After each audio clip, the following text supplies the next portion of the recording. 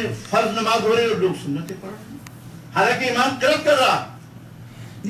جب قرأت ہو تو اللہ تعالیٰ کا حکم ہے قرآن میں ہے وَإِذَا قَرَأْتُمْ فَاسْتَمِعُوا لَهُ وَأَنصِتُوا. جب قرآن پڑھا جائے تو تم خاموش رہو اور غور سے قرآن کو سنو، یہ حکم ہے.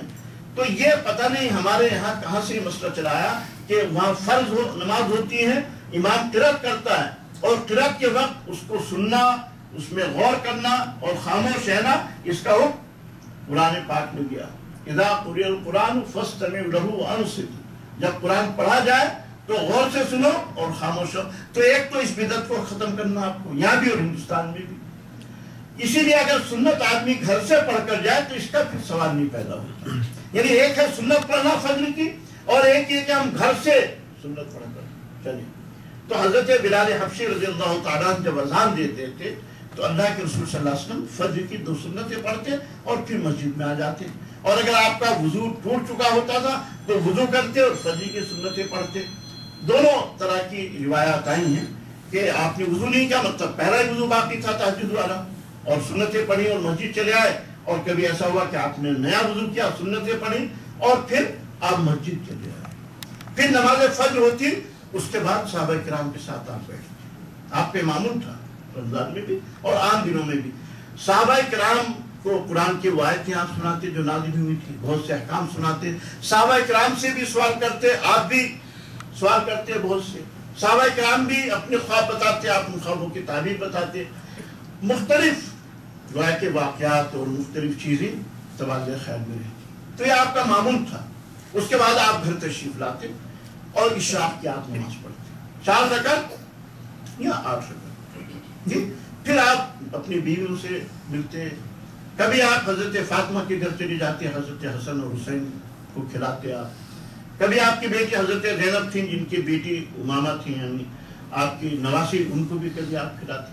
کبھی حضرت حسن کو اپنی پیٹھ پر لاد کر گھر لے آتے جی. کبھی حضرت حسن، حضرت ابو رضی اللہ تعالیٰ بیان کرتے ہیں کہ اکثر میں حضور صلی اللہ علیہ وسلم کے ساتھ جاتا تھا حضرت فاطمہ کے گھر، تو آپ حضرت حسن کو کھلاتے اور ان کا منہ کھولتے اور اپنا منہ کھولتے اور اس حضرت حسن کے منہ پر اپنا منہ رکھ دیتے یا ان کا منہ اپنے منہ پر رکھ دیتے. تو میری آنکھوں میں آنسو آ جاتے کہ اللہ کے رسول صلی اللہ علیہ وسلم کتنا پیار کر رہے ہیں اپنے بچوں سے جی. اس محبت کی وجہ سے حضرت ابو رضی اللہ تعالیٰ کہتے ہیں کہ اکثر ایسا ہوتا کہ یہ منظر دیکھ کر میری آنکھوں میں آنسو آ جاتے. کبھی آپ صحابہ کے گھروں پر جاتے. کبھی ایسا ہوتا کہ مختلف ملکوں سے وفود آتے، لوگ آپ سے ملاقات کرنے آتے، آپ ان سے ملاقاتیں کرتے مسجد میں بیٹھ کر. کبھی ایسا ہوتا کہ آپ مختلف مشورے کرتے، اس کے بعد یہاں تک کہ ظہر کا وقت آ جاتا. کبھی ایسا بھی ہوتا جب آپ بہت زیادہ رات جان لیتے تو آپ تھوڑا آرام بھی کرتے 9-10 بجے. پھر حضرت بلال حبشی اذان دیتے، آپ نماز پڑھتے جاتے، ظہر کی نماز پڑھتے، اس کے بعد آپ قیلولہ کرتے. یہ آپ کا معمول تھا کہ ظہر کے بعد آپ قیلولہ کرتے تھے. یہ بغیر رمضان کے آپ کھانا کھاتے تھے، ظہر کے بعد پھر قیلولہ کرتے. رمضان میں آپ تشریف لاتے مسجد سے اور قیلولہ کر لیتے.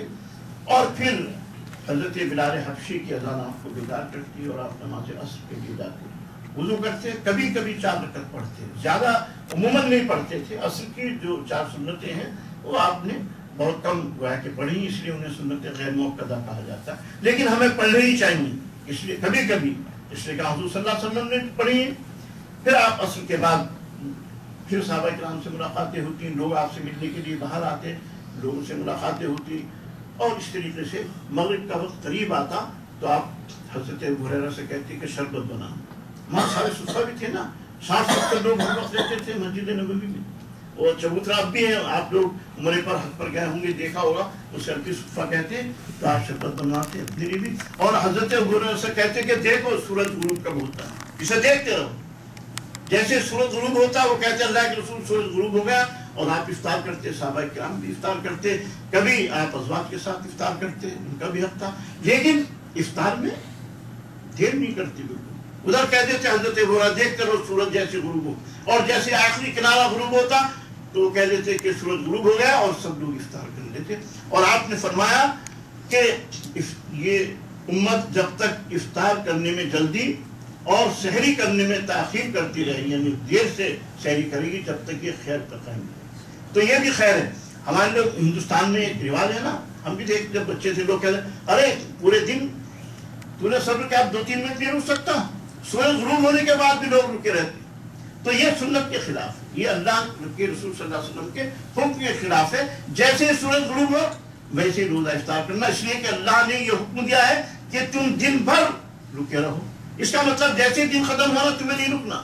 اگر رکتے ہو تو اللہ کے حکم کی خلاف ورزی کرتے ہو. سوم یہ ہے. تو افطار کرنے میں ہمیں جلدی کرنی ہے. اور آج کل تو گھڑیوں کا ایک ایسا نظام ہے جس میں گویا کہ 1-2-3 سیکنڈ کا بھی فرق نہیں پڑتا ہے. اس طریقے سے پھر آپ